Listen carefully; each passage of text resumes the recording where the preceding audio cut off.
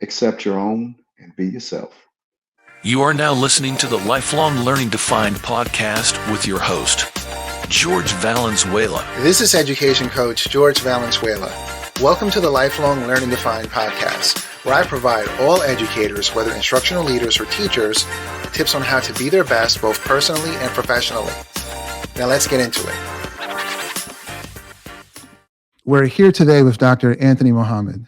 Anthony is one of the most sought-after speakers in our country. He's an author of many books and the CEO of New Frontier 21 Consulting. He's also a new friend of mine. How are you? Fine. How you doing, Ray?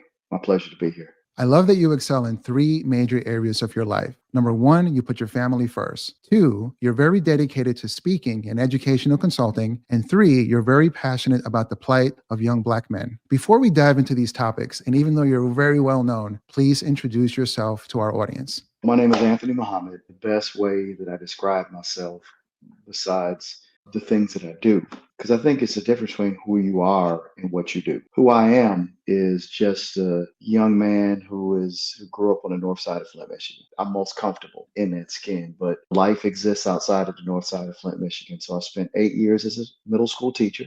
So one of the titles I wear is teacher. I loved teaching middle school. I spent 11 years as a middle school administrator, 2 as an assistant principal, 9 as a principal. I transitioned from that to being an author and a consultant and a student, a protege of the late Rick DeFore and Bob Baker, who was still alive and very active in the PLC at Work movement. From that work, I transitioned into studying school and organizational culture, how to build optimal learning environments and professional environments for teachers and administrators to thrive and ultimately for students to thrive. That's transitioned me into, after the unexpected passing of Rick and Becky DeFore, into being one of the thought leaders leading the PLC movement, along with Dr. Bob Baker, who I said is still alive and very active, and Mike Meadows, who was the resident RTI expert and my partner in crime in trying to advance the work of professional learning communities. That's who I am. Dr. Mohammed, I have been aware of your work for the past few years, but we've never had a conversation until today. However, your name keeps coming up in my spaces. I do long-term work at Palo Alto USD and at some schools in Chicago, Illinois. Twice, I've heard participants cite your work. And then on this podcast, I've had 2 guests talk about your impact on them. Since your name keeps on coming up in my world, I knew I had to get you on the show. Big shout out to Coach Carlos for making the introduction and helping make this happen. This is the Lifelong Learning Defined podcast. And on this show, we focus on self-improvement by interviewing people who are excelling in 3 important areas of their lives so that we can learn from them and experience similar success. Anthony, tell us about your family and why putting them first is so important to you. A family dynamic, like many in my community, was complicated.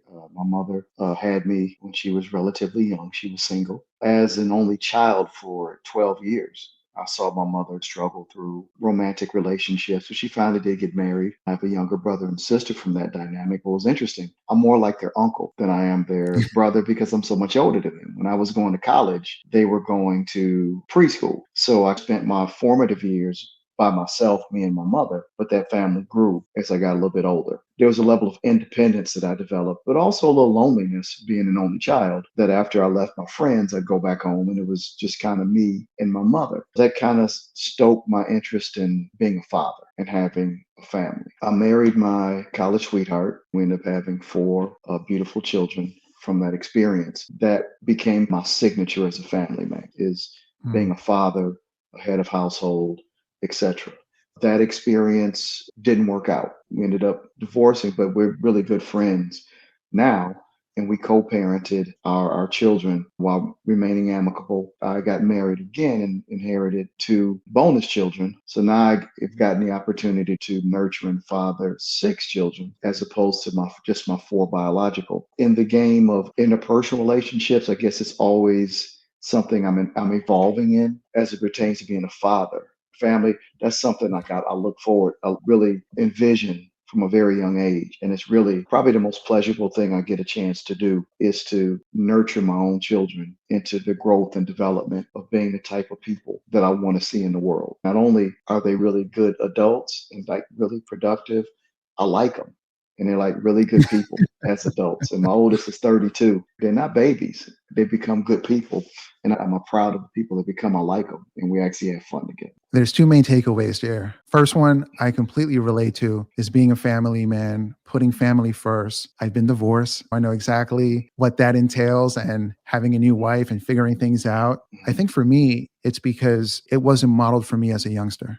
I didn't grow up in a mhm, home where there were two loving adults who loved each other unconditionally and knew how to communicate mhm, effectively. So it was something I had to figure out. I resonate with liking your kids as they grow up. I have an 18-year-old and a 21-year-old. And one of the best feelings in the world is seeing them turn out as good people. mhm. And success is not an Yeah, accident. Congratulations. thank you. What's an important lesson you learned as a kid, which has helped shape who you are now? To be a realist. I'm not an Mm, optimist and I'm not a pessimist. I'm a realist. mm, What I learned most about from my friend group, my neighborhood, the environment that shaped me is that don't see the world as you want to see it. See the world as it is. And you can mm, appreciate the beauty, but you can also understand the pitfalls and dangers that existed. There's nothing worse than walking around being a pessimist, decrying that something is bad before you even give it a chance. I think it's mm. equally as naive to walk around thinking everything is okay and missing critical red flags and falling into the pit of despair over and over again. It served me as a professional, it served me as a person, it served me as a businessman. Just the realism is that I don't see the world through rose colored glasses, nor did I see the world through doom and gloom.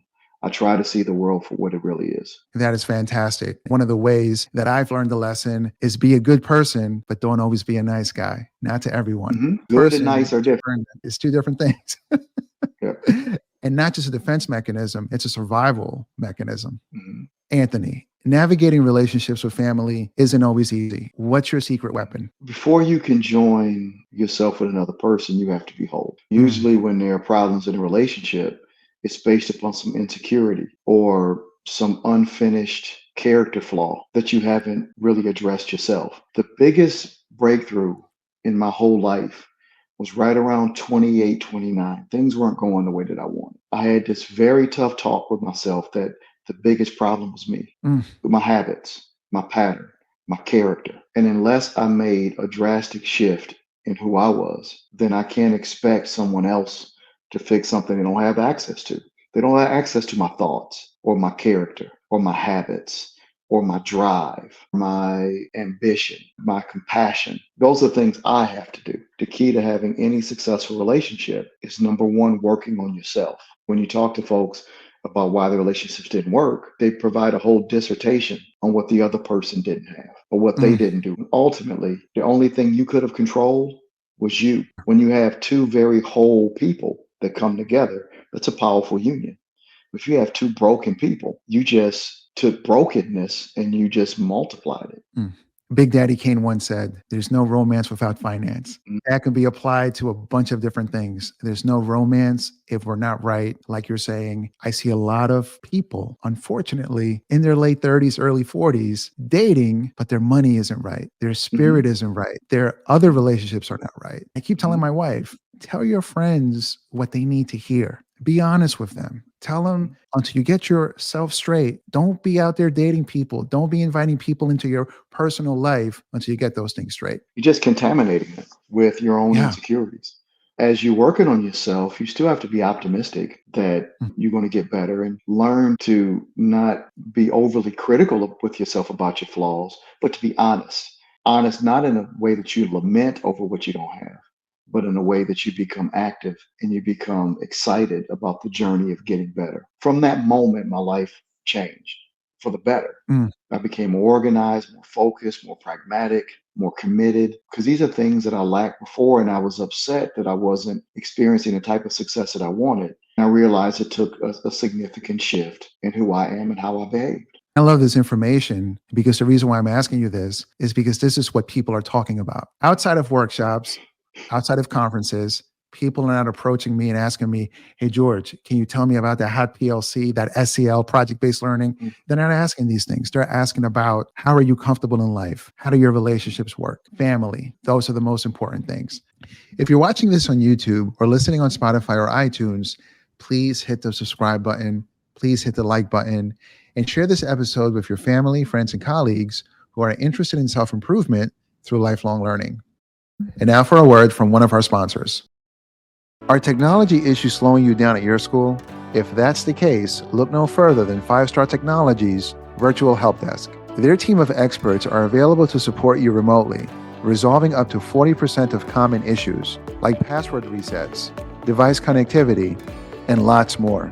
With just a few clicks, you'll have access to their live chat from 7 a.m. to 4 p.m. Monday through Friday. Just enter your email to get started. Then you'll live chat with one of 5-Star's EdTech experts to diagnose your problem. And if their virtual help desk agent can't solve the issue completely, they will dispatch the ticket to your school's on-site tech team. Let 5-Star Technology Solutions be your support partner.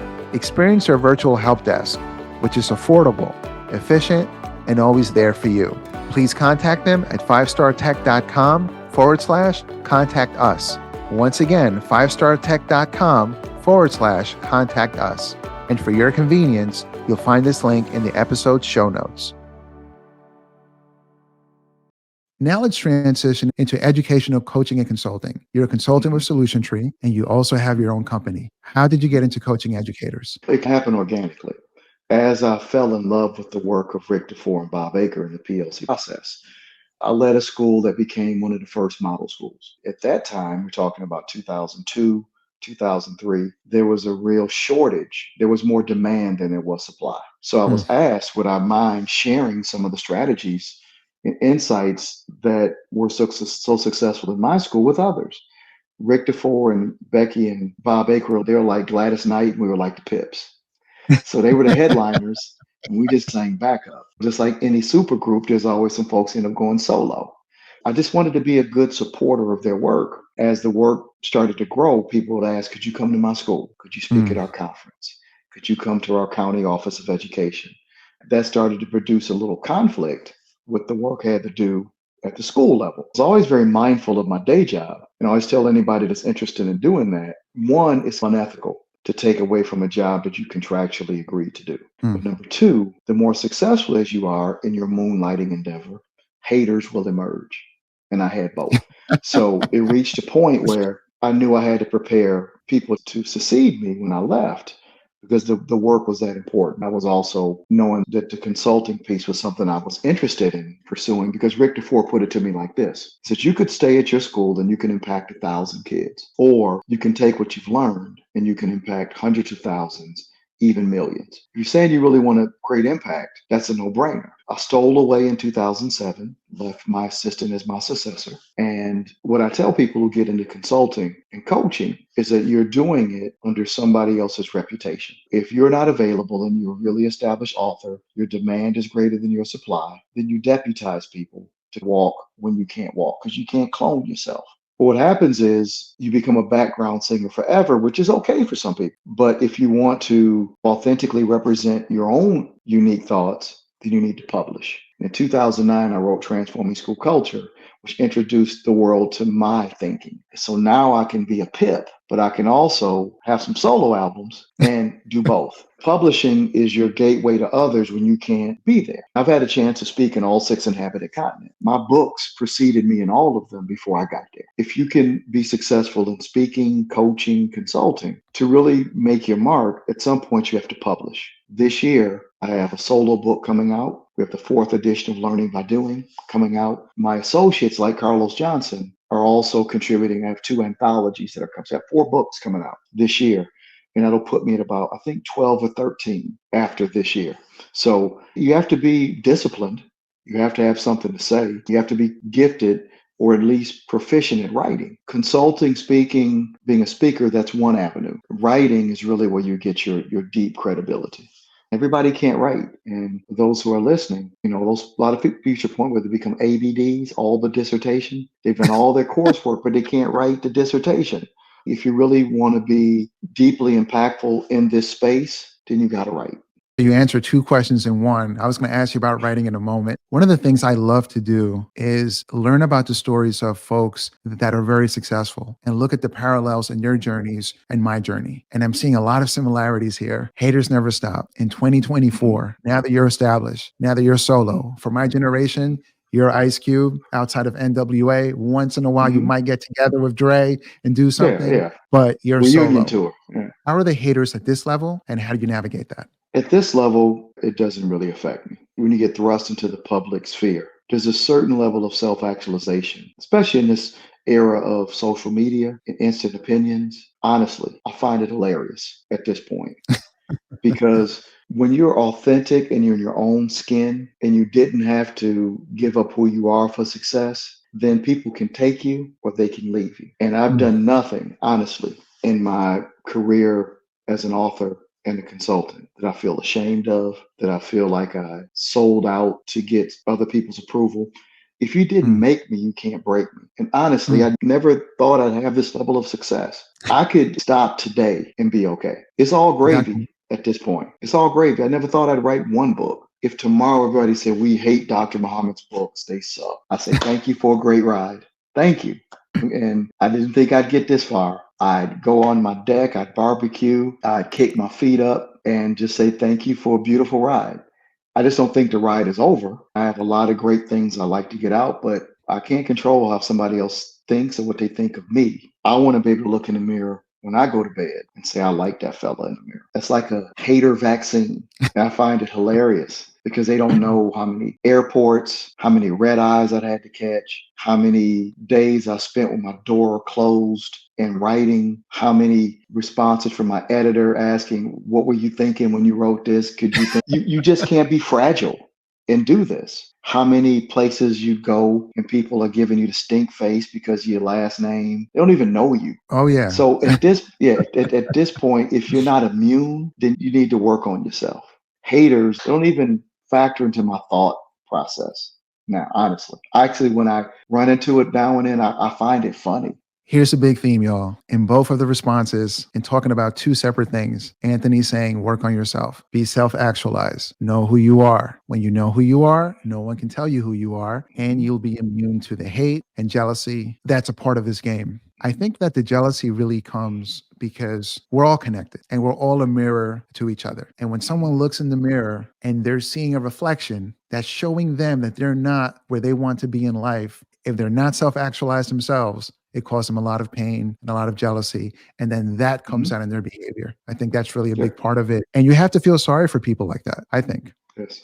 And there's a book that really influenced me, and she probably for the Four Agreements Don of the Miguel Ruiz, ancient yeah, the ancient ancient Toltec, Toltec wisdom. and that one of them is never take anything personally. Mm, It's not a reflection of you. What somebody says about is based upon who they are and how they process who you are. But that's really nothing to do with you. So I don't take anything personal. Dr. Mohammed, I had a bunch of questions about advice for other consultants, but you answered them all in one. Let's get into your books. One of your solution tree books is Transforming School Culture: How to Mhm. Overcome Staff Division. I feel like this book is and will continue to be relevant in education for the next few years. I believe school culture is the first thing leaders must tackle in their buildings, and culture is something that we co create with our staff. And Mhm. we need to transform ourselves in that process. Can I read two parts of your book? Absolutely. Fire away. This is right in the beginning of your book, is your dedication. This book is dedicated to every child who has been doubted, to all of the children in housing projects, barrios, cities, and countrysides who feel that life is hopeless. It is not hopeless. As a young man, I grew up in Queens, New York. My mother was incarcerated, pregnant with me, never met my real Mhm. father. I was in a group home, I was in foster care. And there was a time in my life that I felt exactly hopeless, but I had great counselors. I found out about Mhm. God, I found out about faith. Here I am today. I just love that you kept it 100. I'm breaking code right now.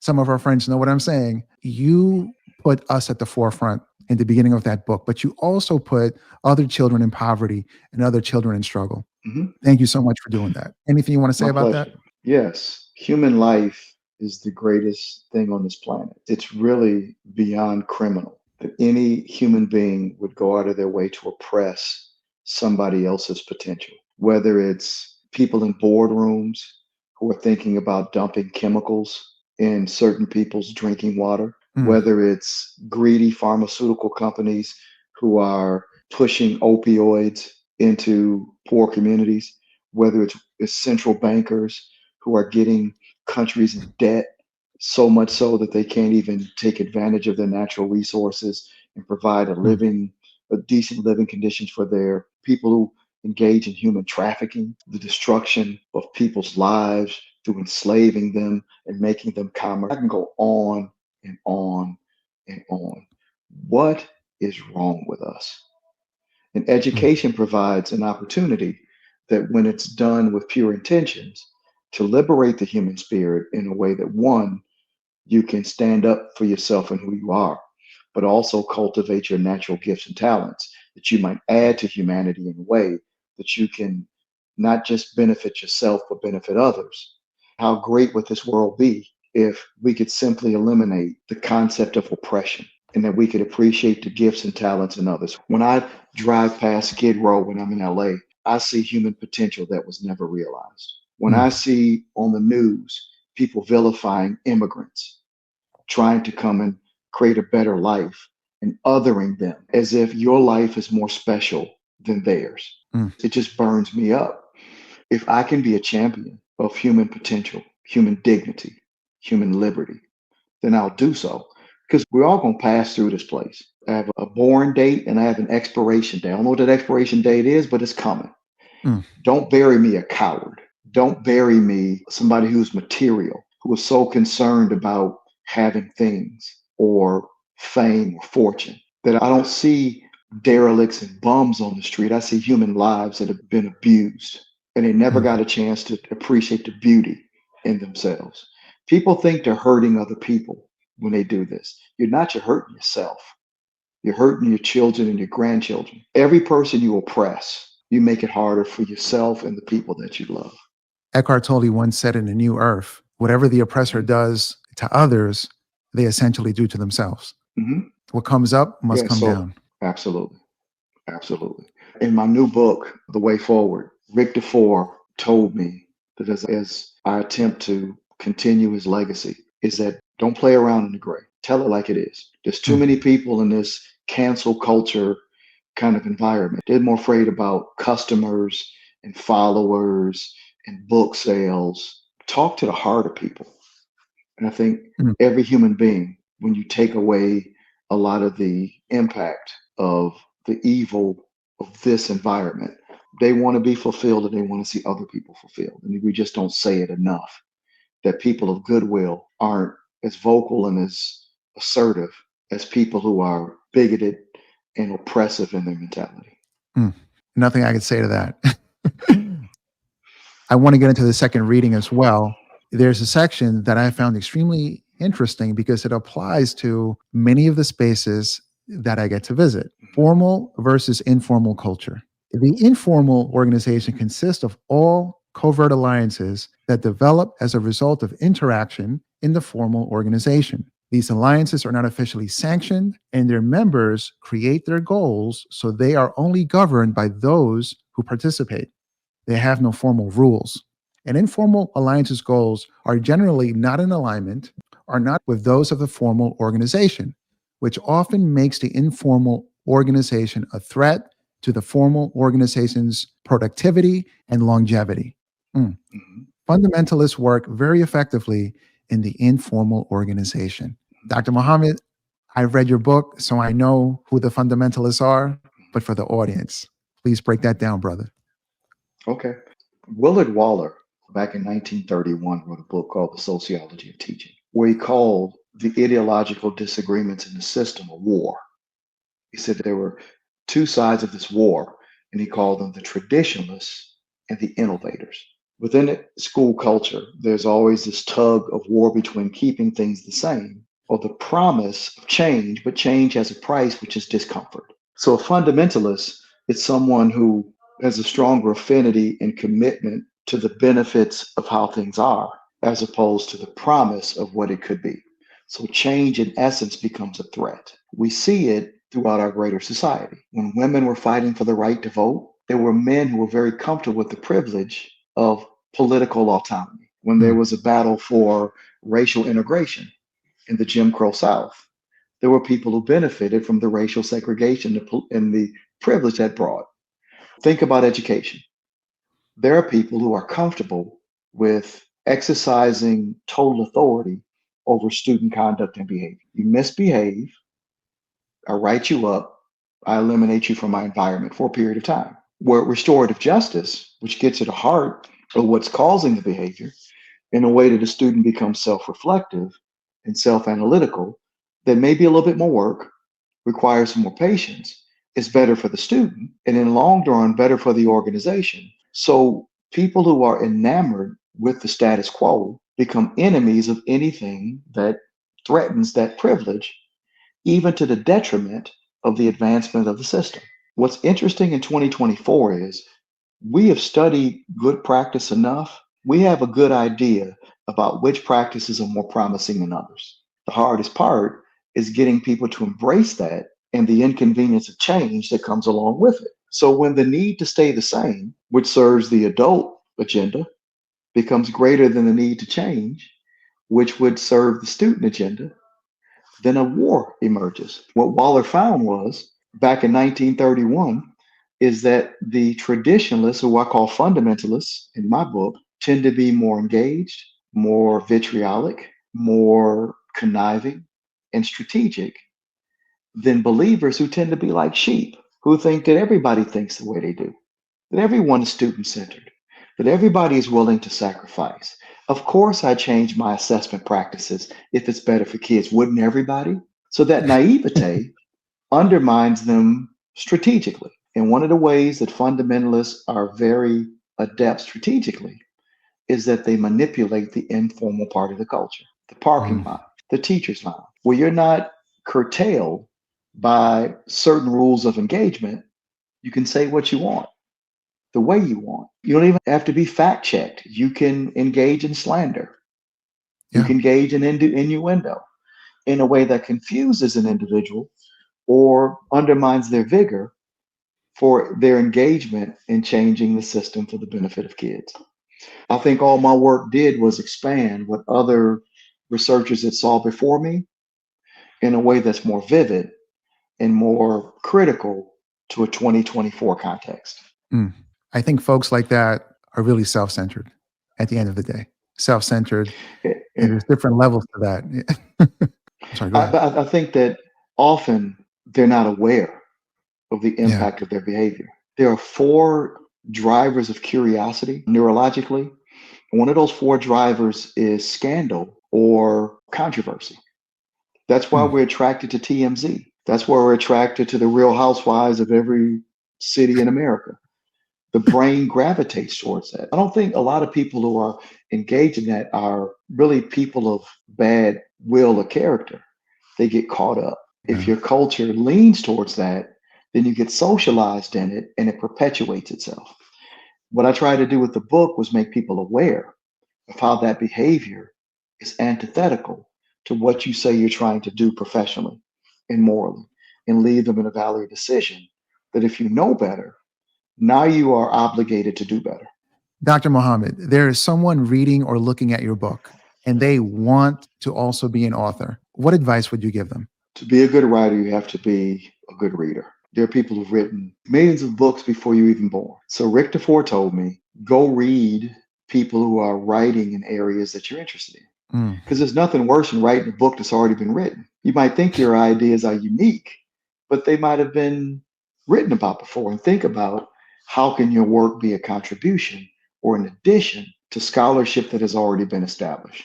Not only the substance of it, but the style, the voice, the format, and just let the genie out of the bottle a little bit. The author I was most enamored with, his voice and his style, was Michael Fullan. Anybody that's read my work and Fullan's work, there's a lot of parallels. And we're not very verbose. We cut to the chase. It's based in theory and based in literature and research. And we add what we think is necessary to advance the thinking. So Fullan in 150 pages can say what another author would say in 500 pages. And I said, I like that. I kind of structured my voice and my style following Rick DeFore's work advice that who do you like to read and who engages you? What's been written before you substantively, and that'll give you some insight on how you should write.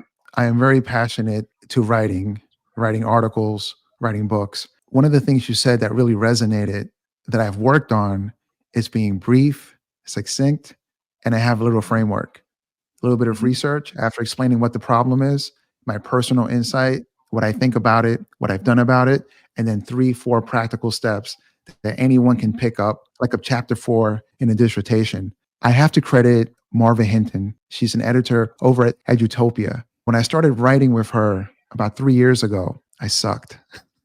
I was all over the place, long winded, 500 Yeah, pages. She yeah, said, George, you need to get this down to 900 words. Our analytics tell us that after 900 words, no one's reading this article. Folks, stop. Not just my articles, not just my writing, but my presentations, straight to the point. I have a question. Let them answer a little bit. Here's some data points. And then boom, here's the 3 outcomes. Let's get to it. And people really appreciate that. I also have to credit Claudia Wheatley over at Solution Tree for that. She's been a mentor and she's been a person that has helped me understand what the needs of the audience are. yes. She's good at that. And now for a word from one of our sponsors. If you're a STEM and PBL teacher like me, you're always on the lookout for new project ideas and resources. You know George does PBL, and I'm telling you, look no further than Smart Lab. Smart Lab really has a fresh take on STEM and PBL. I'm proud to be a partner, and they sponsor the podcast. But just don't take my word for it. Check out what other educators are saying about Smart Lab. When students enter into Smart Lab, they are allowed to think outside of traditional norms. It gives them a lot of agency. They feel empowered and important. I think that's one of the biggest benefits of the Smart Lab environment and the way the project process is set up. Smart Lab becomes this place where they can do those things and have the time and space to like communicate better and even like deal with social emotional stuff. Like they're having a bad day.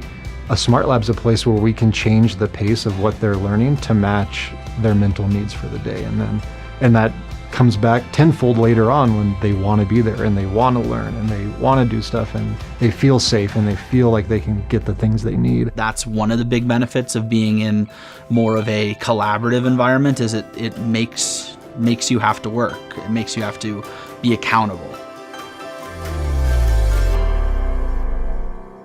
Please look in this episode's show notes for a link to connect with Smart Lab. Now let's talk about your passion for helping young Black men. Anthony, explain this to us. My passion for helping young Black men goes back to my personal experience. I was an 80s baby, and when I graduated from high school, I experienced deindustrialization. I grew up in Flint, Michigan. When I grew up, there was over 100,000 automotive manufacturing jobs. I didn't know the narrative of the Black man that didn't work, that didn't provide, because we had full employment. It was beautiful. They used to call General Motors generous motors because you had UAW jobs, healthcare, retirement, overtime, and then overnight it just dwindled. And I saw my city start to crumble. It was almost as I graduated from high school. Then the factories were replaced. The crack epidemic happened shortly thereafter. Mass incarceration. Bill Clinton passed the crime bill. And I just saw this mass deterioration and the characterization of people that I knew weren't like that. That's not the people I know.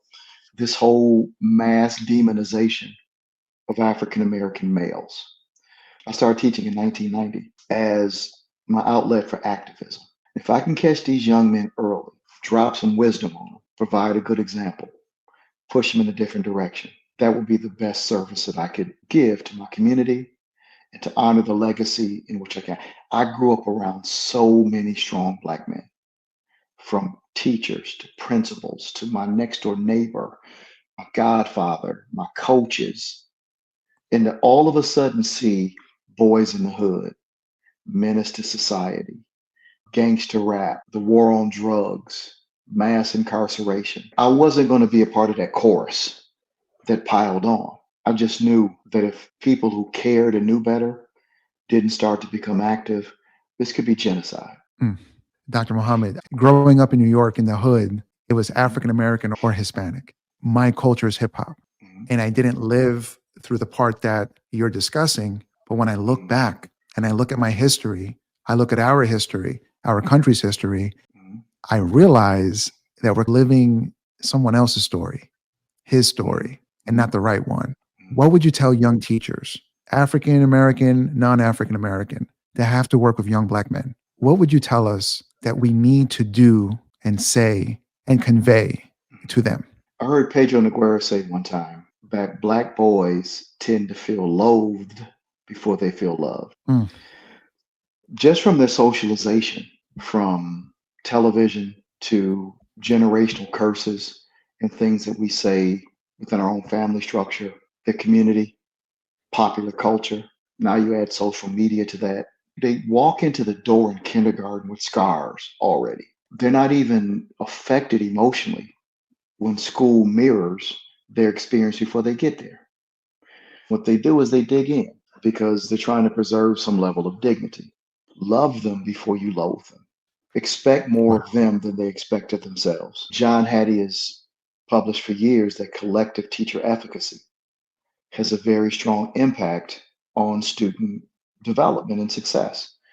All efficacy means is ability to produce a desired effect. If our desired effect was African American males being successful and we all had a passion for that, then our collective efficacy could be greater than their individual resistance. But if we've already had a foregone conclusion that they're going to be violent, volatile, scary, and then they're struggling with stereotype threat on top of that, it's a recipe for disaster. My message when I was a principal for young men was, I'm going to love you more than you hate yourself. Try me. Try me. I'm going to wear you down eventually. And then you'll realize that you're valuable. And this is not to undermine the story of other marginalized or oppressed groups.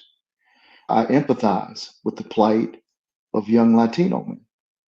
I empathize with the plight of young, poor white men.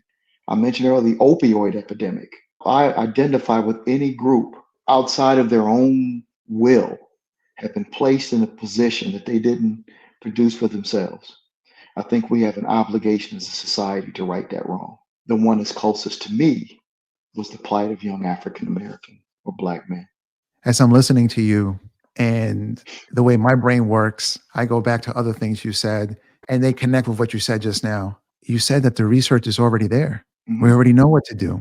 mhm, When you brought up self-efficacy and collective self-efficacy, that's part of my dissertation. And I had to learn what those things are for my lit review. mhm, And you're exactly right. When educators have that collective self-efficacy and that belief that we can do this specific thing well, and if we choose to work on loving before loathing young Black kids, young Hispanic kids, young white kids, then what happens is it becomes part of the culture, which I mhm. think is part of what you're saying here. We have to Absolutely. transform school culture. And that is something that has to be learned, has to come from our leaders.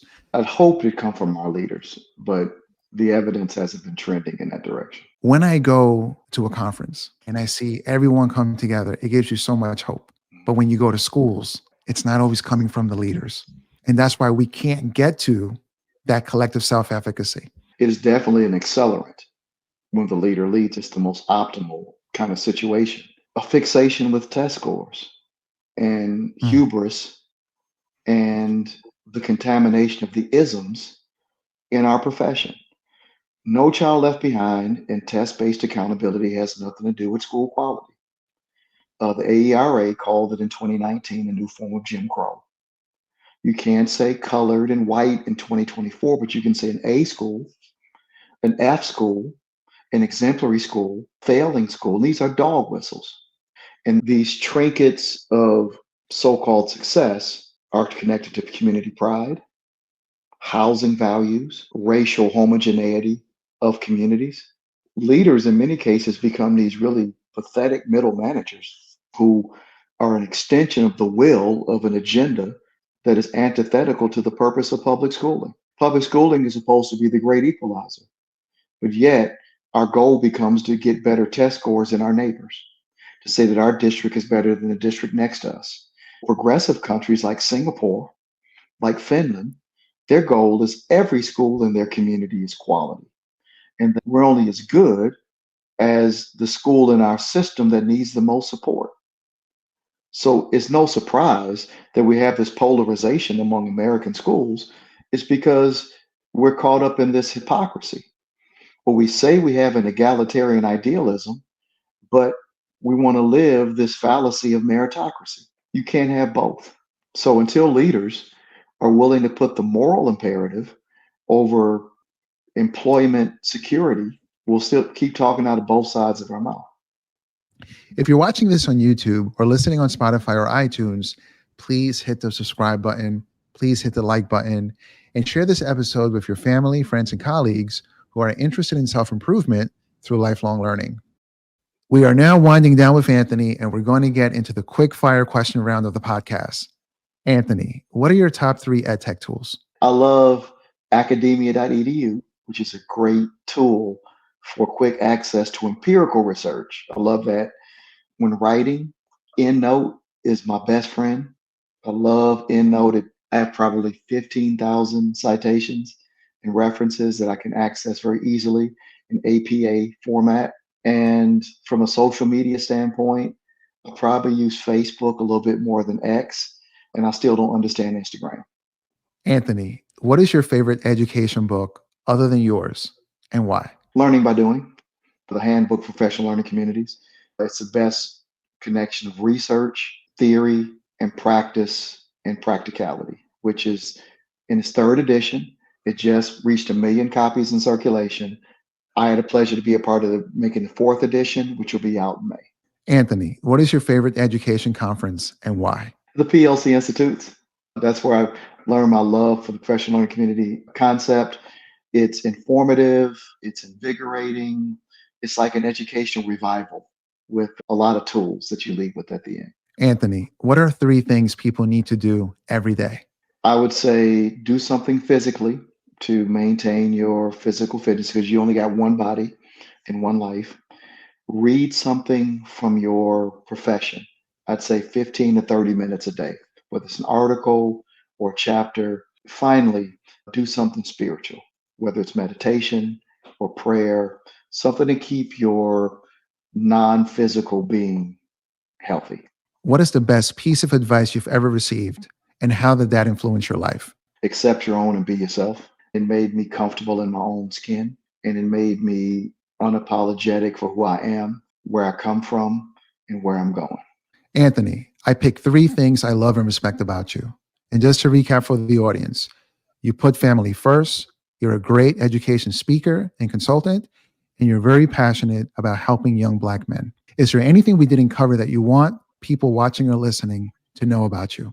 I'm a former all Big Ten college athlete, so I love athletics.